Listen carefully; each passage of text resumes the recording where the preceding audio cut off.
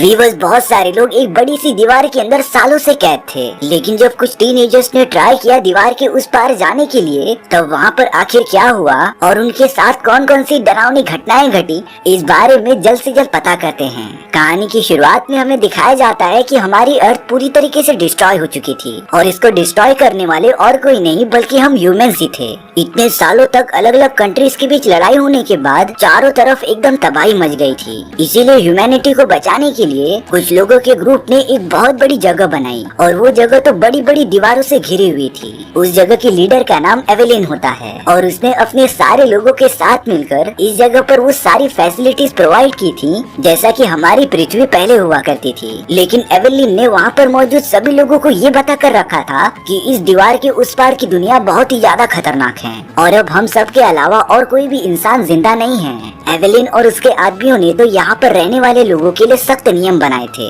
जैसे कि एवेलिन के लोग उन पर होलोग्राम की मदद से नजर रख सकते थे और वो सब चाह कर भी इस दीवार से बाहर जा नहीं सकते थे। इसी तरीके से वो सारे लोग इतने सालों तक उन दीवारों के बीच में ही रहे हैं। अब हमें ट्रेस एंड टोबी नाम के दो टीनेजर्स दिखाए जाते हैं जो एक बिल्डिंग के ऊपर बैठकर कुछ बातें कर रहे थे। ट्रेस टोबी से बताती है कि उसे कैसे भी करके इन दीवारों के उस पार जाना है, क्योंकि ये उसकी बचपन की ख्वाहिश थी और उसे ये पता ही करना होगा कि उस बड़ी सी दीवार के उस पार क्या है। टोबी तो ट्रिस से बहुत ज्यादा प्यार करता था, इसीलिए वो ट्रिस की बातों से एकदम एग्री कर जाता है। अब उनके सामने एवेलिन का एक होलोग्राम आ गया था जो सभी को बता रही थी कि इस दीवार के पार जो भी जाने की कोशिश करेगा उसे पब्लिकली खत्म कर दिया जाएगा। और उन लोगों ने कुछ ऐसे लोगों को भी पकड़ लिया था जो उनके अगेंस्ट थे और इस दीवार से बाहर निकलने की कोशिश कर रहे थे। इसीलिए कुछ देर बाद ट्रिस और टोबी उस जगह पर चले जाते हैं। वहाँ पर ट्रिस जोहाना नाम की एक लीडर से मिलती है। जोहाना तो कैसे भी करके एवेलिन की जगह लेना चाहती थी, पर वो होने वाले इतने सारे इलेक्शंस में बार बार हार जा रही थी। अब वहीं पर मैक्स नाम के एक अपराधी को दिखाया जाता है जिसने इस दीवार के बाहर जाने की कोशिश की थी और अब एवेलिन के सभी लोग मैक्स को पकड़कर सामने लाते हैं। बाकी सब तो मैक्स को जान से मारने के लिए कह रहे थे और अब अगले ही मोमेंट में मैक्स को बड़ी बुरी तरीके से मार दिया जाता है।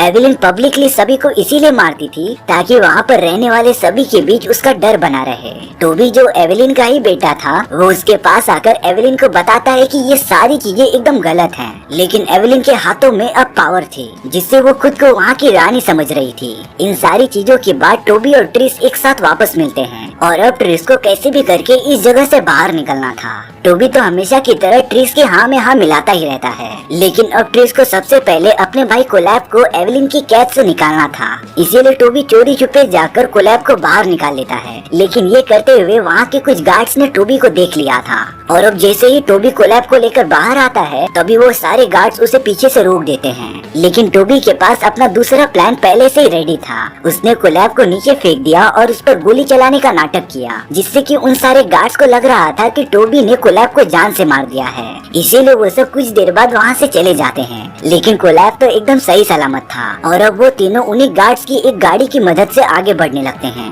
रास्ते में टोबी का एक दोस्त पीटर भी मिल गया था जो उनके साथ आने की जिद करने लगता है, नहीं तो वो गार्ड्स को उन सभी के बारे में बता देगा। इसीलिए अब पीटर भी उनके साथ शामिल हो जाता है। जब वो सब एक चेकिंग पॉइंट पर पहुंचते हैं तब टोबी ने अपनी एक दोस्त क्रिस्टीना की मदद से उनके लिए गेट पास बनवा दिया था, जिससे कि वो सब बिना किसी परेशानी के उस चेक पॉइंट से बाहर निकल जाते हैं। और अब वो सब उस बड़ी सी दीवार के पास पहुंच गए थे। वो तो इतनी बड़ी दीवार पर चढ़ने की प्लानिंग करना स्टार्ट कर देते हैं, लेकिन अब एवेलिन के लोगों को इस बारे में पता चल गया था कि टोबी और उसके दोस्त बिना किसी परमिशन के अंदर घुस गए हैं। इसीलिए वो सब तुरंत ही उनके पीछे जाने लगते हैं। वहीं दूसरी तरफ टोबी और उसके दोस्तों ने दीवार चढ़ना स्टार्ट कर दिया था। वो सब तो तेजी से दीवार के एकदम टॉप पर पहुंच जाते हैं, लेकिन जैसे ही वो दीवार पर लगी तारों को काटने जाते हैं तभी उन्हें पता चला कि उन बड़ी बड़ी तारों के अंदर से इलेक्ट्रिसिटी जा रही है, जिससे कि उनके कुछ मेंबर्स को झटका भी लगता है। और अब दीवार के नीचे एवेलिन के लोग भी आ चुके थे जो कि उन सभी पर लगातार फायरिंग करना स्टार्ट कर देते हैं।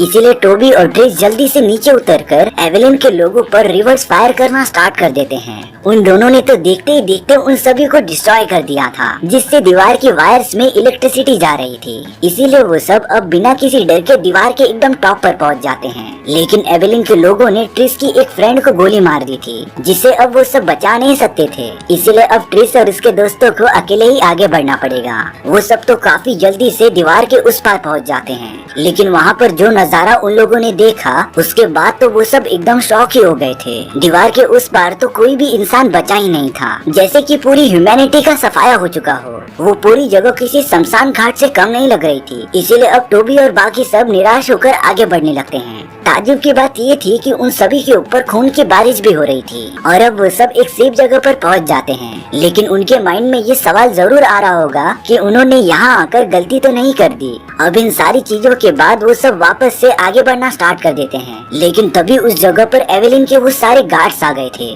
जो लगातार टोबी और उसके दोस्तों को मारने के लिए उनका पीछा करने लगते हैं। वो सब तो अपनी जान बचाकर आगे भागने लगे थे, तभी उनके सामने एक इनविजिबल दीवार खुलती है, जिसमें कि एक अनजान रास्ता था और उस रास्ते के उस पार बहुत सारे सोल्जर्स खड़े थे, जिनकी टेक्नोलॉजी सच में बहुत ज्यादा एडवांस लग रही थी। उन लोगों ने टोबी और उसके दोस्तों को अपनी दीवार के अंदर बुला लिया और साथ ही साथ एल्विन के लोगों को खत्म भी कर दिया था। टोबी और उसके दोस्तों को तो कुछ समझ ही नहीं आ रहा था कि ये हो क्या रहा है, लेकिन वो सारे सोल्जर्स उनके बारे में पता नहीं पहले से ही जानते थे और वो तो काफी टाइम से उन सभी का वेट भी कर रहे होते हैं। इसके बाद उन सभी मिलिट्री वालों का सेक्रेटरी टोबी और बाकी सभी को लेकर जेनेटिक वेलफेयर नाम की एक कॉलोनी में आ जाता है, जहाँ पर सारी चीजें इतनी एडवांस थी ना कि लग रहा था कि ये सारे लोग फ्यूचर में जी रहे हैं। जब वो सब वहाँ पर पहुँचते हैं तब उनकी बड़ी अच्छे से खातिरदारी की जा रही थी। टोबी, ट्रिस और उसके बाकी दोस्त फ्रेश होने के बाद एक कमरे में आते हैं, जहाँ पर उन्हें इन सभी चीजों के बारे में सच्चाई बताई जाती है। दरअसल सालों पहले जब अर्थ पर पॉल्यूशन बढ़ते जा रहा था, तब वैज्ञानिकों ने कहीं न कहीं इनसे बचने का एक सॉल्यूशन निकाल लिया था। वो सब इंसानों के जेनेटिक्स को चेंज करके उन्हें इन सारे पॉल्यूशन से बचा सकते थे। लेकिन जैसे ही सभी कंट्रीज में वॉर होना स्टार्ट हो गई, तब उन सभी को अपना एक्सपेरिमेंट करने में प्रॉब्लम हो रही थी। इसीलिए उन लोगों ने ये सारी लड़ाई खत्म होने के बाद जगह जगह पर ऐसी स्मॉल सिटीज बना दी थी, जो चारों तरफ से दीवारों से घिरी हों। यानी कि टोबी और बाकी सब जिस दीवार के पीछे रह रहे थे, उन्हें एवेलिन ने नहीं बल्कि इन सारे वैज्ञानिकों ने बनाया था, ताकि वो सब ह्यूमैनिटी को बचा सके और अपने जेनेटिक एक्सपेरिमेंट को आगे बढ़ा सकें। ये सारी इन्फॉर्मेशन लेने के बाद मैथ्यू नाम का एक इंचार्ज उन सभी को यहाँ के तौर तरीके सिखाने लेकर चला जाता है। जब मैथ्यू टोबी और उसके दोस्तों को एक जगह पर लाता है जहाँ पर बाकी सिटीज के और भी बहुत सारे लोग थे, तो वो टोबी और बाकी सभी को देखकर काफी खुश हो जाते हैं, क्योंकि वो सारे लोग टोबी और उसके बाकी सभी दोस्तों को उनके सिटीज में हमेशा देखा करते थे और ये बहुत ही ज्यादा अच्छी बात थी। इसके बाद वो सब वहाँ के बाकी लोगों के साथ मिलने चले जाते हैं। अब यहाँ दूसरी तरफ एवेलिन को उनके आदमियों के थ्रू सब कुछ पता चल गया था, इसीलिए वो अपने लोगों को जंग के लिए रेडी होने के लिए कहती है। वहीं जेनेटिक वेलफेयर में टोबी और ट्रिस को सब कुछ सही होते हुए भी गलत लग रहा था, खास करके टोबी को कुछ दाल में काला लग रहा होता है। तभी उनके पास मैथ्यू आ जाता है, जो ट्रिस को कहता है कि उसे डायरेक्टर ने अभी बुलाया है। ट्रिस इस बात के लिए मना तो नहीं कर सकती थी, क्योंकि वहाँ के लोगों ने उन सभी की जान बचाई थी और उन्हें रहने के लिए अच्छी फैसिलिटीज भी दी थी। इसीलिए ट्रिस मैथ्यू के साथ चली जाती है। कुछ ही देर बाद ट्रिस उस जगह के डायरेक्टर डेविड से मिल रही थी, जो ट्रिस को देखकर बहुत ज्यादा खुश हो जाता है। दरअसल डेविड और उसकी पूरी कंपनी एक ऐसे इंसान की तलाश कर रही थी जिसका पूरा डीएनए एकदम प्योर हो, और उन्होंने जब ट्रिस का डीएनए सैंपल चेक किया तब उन्हें कंफर्म हो गया कि ट्रिस ही वही इंसान है जो जेनेटिक एक्सपेरिमेंट में उनकी मदद कर सकती है। डेविड ट्रिस के सामने ये शर्त रखता है कि अगर वो उसकी मदद करेगी तो वो उसकी माँ की स्टोर की गई सारी यादें उसे लौटा देंगे। पर ट्रिस अपनी माँ की यादों को कैसे भी करके हासिल करना चाहती थी, इसीलिए वो डेविड की मदद करने के लिए रेडी हो जाती है। ट्रिस ने जब ये सारी बातें टोबी को बताई, तब टोबी को ये सारी चीजें पहले से ही गलत लग रही थी, लेकिन अब ट्रिस ने अपना डिसीजन बना लिया था और अपनी माँ की यादें वापस ला देगी। ट्रिस तो अब बार बार डेविड से मिलने चली जा रही थी, इसीलिए अब टोबी भी अपने दोस्तों के साथ वहाँ की ट्रेनिंग करने चला जाता है।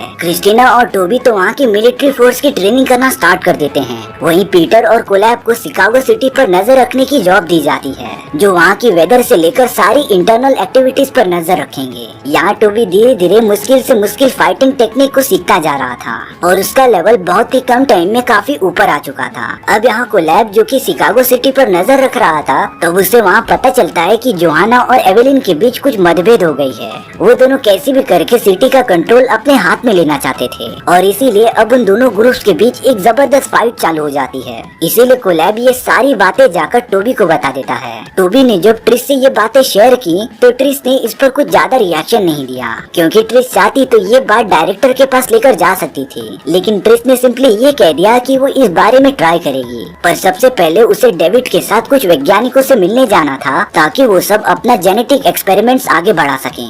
टोबी को तो ट्रिस की इन सारी बातों पर बहुत ज्यादा गुस्सा आ रहा था, इसीलिए वो इन सभी चीजों से थोड़ा डिस्ट्रैक्ट होने के लिए एक सोल्जर्स की टीम के साथ रेस्क्यू मिशन पर चला जाता है, जहाँ पर उन्हें किसी अनजान बस्ती में जाकर कुछ लोगों को बचा कर लाना था। लेकिन वहाँ जाकर टोबी को असली सच्चाई पता चलती है कि वो सारे सोल्जर्स उन लोगों को बचाते नहीं थे, बल्कि वहाँ के लोगों के बच्चों को किडनैप कर लेते थे।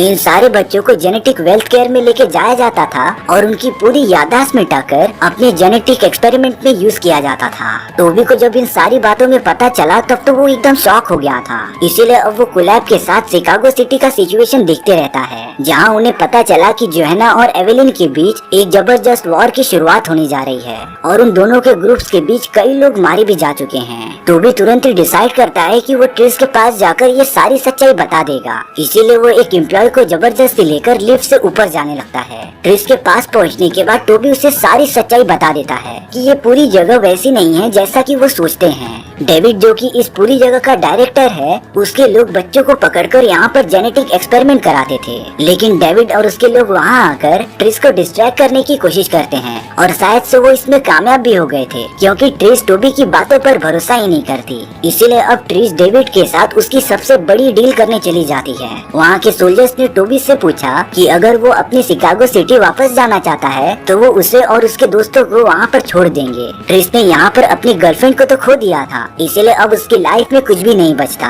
तो वो सोल्जर्स के साथ शिकागो सिटी जाने के लिए रेडी हो जाता है। टोबी जब उन सभी सोल्जर्स के साथ उनके शिप में चला गया था तब मैथ्यू टोबी को चुपके से बताता है कि वो सोल्जर्स उसे शिकागो सिटी नहीं लेके जा रहे हैं, क्योंकि इस पूरी जगह से सिर्फ डेविड की शिप से ही बाहर जाया जा सकता था, यानी कि टोबी की जान को खतरा हो सकता था। इसीलिए मैथ्यू के जाने के बाद टोबी शिप के अंदर ही उन सभी सोल्जर्स के साथ फाइट करने लग जाता है और अब वो पूरी शिप एक सुनसान इलाके में आकर गिर गई थी, जो पूरी तरीके से तबाह हो जाती है। अब यहाँ ट्रेस डेविड के साथ एक ऐसी जगह पर आ गई थी जहाँ पर वो बहुत ही बड़े बड़े लोगों के साथ जेनेटिक एक्सपेरिमेंट का डील करने वाला था। ट्रेस भी उन बड़े लोगों के सामने आ जाती है। वहाँ पर ट्रेस को डेविड के बारे में सारी सच्चाई पता चलती है। डेविड उन बड़े बड़े आदमियों को वो सारे लोग बेचना चाहता था जो कि वो किडनैप करके अपने पास लाते थे। इस बात से ट्रेस को टोबी की बातों पर भरोसा हो जाता है कि उसने डेविड के बारे में सब कुछ सच सच कहा था, लेकिन ट्रेस अभी भी कैसे भी करके अपनी माँ की यादें वापस लाना चाहती थी, इसीलिए वो डेविड का साथ अभी भी देते रहती है। वो दोनों उस जगह से डील होने के बाद वापस चले गए थे। अब यहाँ टोबी जिसकी शिप क्रैश हो गई थी वो मैथ्यू के साथ सही सलामत बाहर निकलता है। टोबी को कैसे भी करके शिकागो सिटी पहुंचना था, इसीलिए मैथ्यू टोबी को एक गेट पास देता है जिससे कि वो इस जगह से बाहर निकल सकता था। साथ ही साथ मैथ्यू ने टोबी को डेविड के बारे में बताया कि वो कितना ज्यादा खतरनाक था। वो अपने प्लान को कामयाब बनाने के लिए किसी को भी मरवा सकता था, लेकिन अब टोबी बिना उस बारे में सोचे आगे बढ़ने का डिसाइड करता है। उसने मैथ्यू से कहा कि वो ट्रिस को जाकर बोल दे कि वो मैथ्यू को घायल छोड़कर वहाँ से चला गया। मैथ्यू जेनेटिक वेलफेयर आने के बाद ट्रिस से ऐसा ही कहता है। तब ट्रिस एकदम से सारा प्लान समझ गई थी, क्योंकि कुछ भी हो जाए टोबी अपने किसी भी दोस्त को घायल कंडीशन में अकेला नहीं छोड़ेगा। और अब ट्रिस समझ जाती है कि टोबी को मदद की जरूरत है, इसीलिए वो अपने भाई कोलैब के पास जाकर शिकागो सिटी के लीडर से कांटेक्ट करने के लिए कहता है, जो टोबी को कैसे भी करके बचा ले। वहीं दूसरी तरफ टोबी बहुत ज्यादा घायल होने की वजह से धीरे धीरे आगे बढ़ रहा था, लेकिन बीच रास्ते में एवेलिन और उसके लोगों ने टोबी को पकड़ लिया था, जो उसे अपने साथ शिकागो सिटी लेकर चले जाते हैं।